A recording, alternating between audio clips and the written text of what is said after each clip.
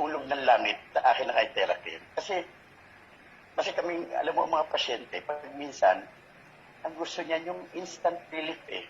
Pag hindi mo sila nagagot, parang, ay, walang kwenta. Buti pa, hindi na ako nagpunta kay doktor. Pero pag sila ay, from the time na pumunta sa iyo, at agad-agad na relieve yung kanilang whatever kung kanilang one, well, doon ka makikilala ng pasyente. Doon ka magiging one. And then, kanina, meron ako kasing brother-in-law niya.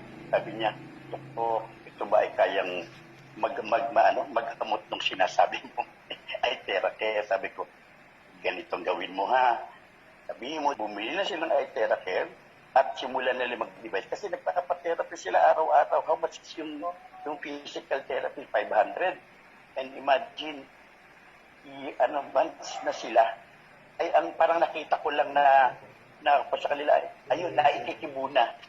Nakikibuna daw yung kamay. Ay, ilang months na therapy. Imagine, di ba, nakaka-frustrate yung laki-laki na ng gastos mo. Sabi, ayun, naikikibuna yung kamay.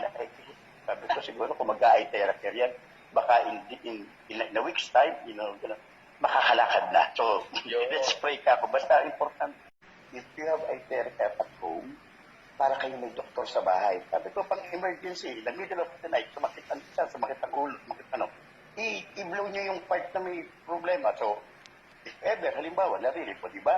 Hindi na kayo pupunta sa doktor or hindi kayo tatakbo sa ospital in the middle of the night. Lalo sa amin, medyo mayroon na kang patients malalayo.